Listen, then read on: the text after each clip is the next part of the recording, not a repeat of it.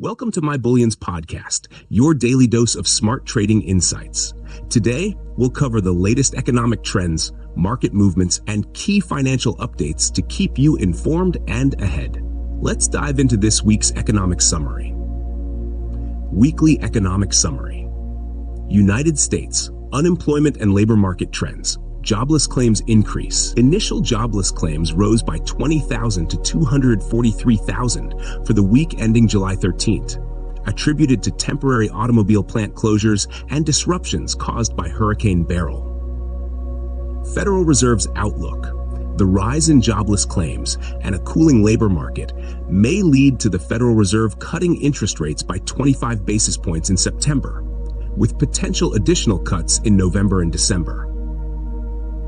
The July Beige Book reported flat or declining activity in 3 of the 12 Fed districts, with consumer spending remaining little changed and employers being more selective in hiring. Inflation and monetary policy. Moderating inflation. Inflation in consumer housing and services has slowed, raising hopes for Fed rate cuts. Dovish comments from Fed Chair Powell and Governor Waller support the possibility of a September rate cut. The Fed funds futures market reflects nearly a 100% chance of this rate cut. Economic resilience. Recent economic indicators, including retail sales, industrial production, and housing starts, have exceeded forecasts, showing resilience without rekindling inflation fears. This reduces the likelihood of a panic-driven Fed rate cut and supports the scenario of a soft landing for the economy with moderate GDP growth in the second half of the year. Political and market dynamics. Equity markets. There has been a rotation out of expensive technology stocks into sectors that may benefit from lower interest rates. The Treasury yield curve has steepened, with the 2-year Treasury yield 13 basis points below its 1-month average, and the 10-year yield 3 basis points below its 1-month average. Presidential election impact. Speculation about President Biden stepping aside could lead to a slightly softer dollar, with the markets pricing in a higher chance of a constrained Trump scenario. United Kingdom retail sales and employment data, weak retail sales. UK retail sales data came in weaker than expected. Employment data.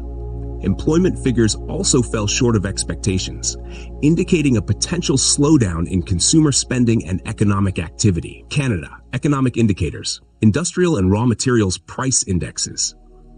The Industrial Product Price Index remained unchanged in June, but increased by 2.8% year over year, driven by meat, fish, and dairy products.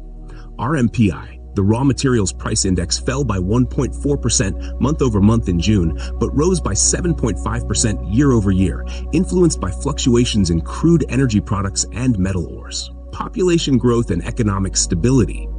RBC report.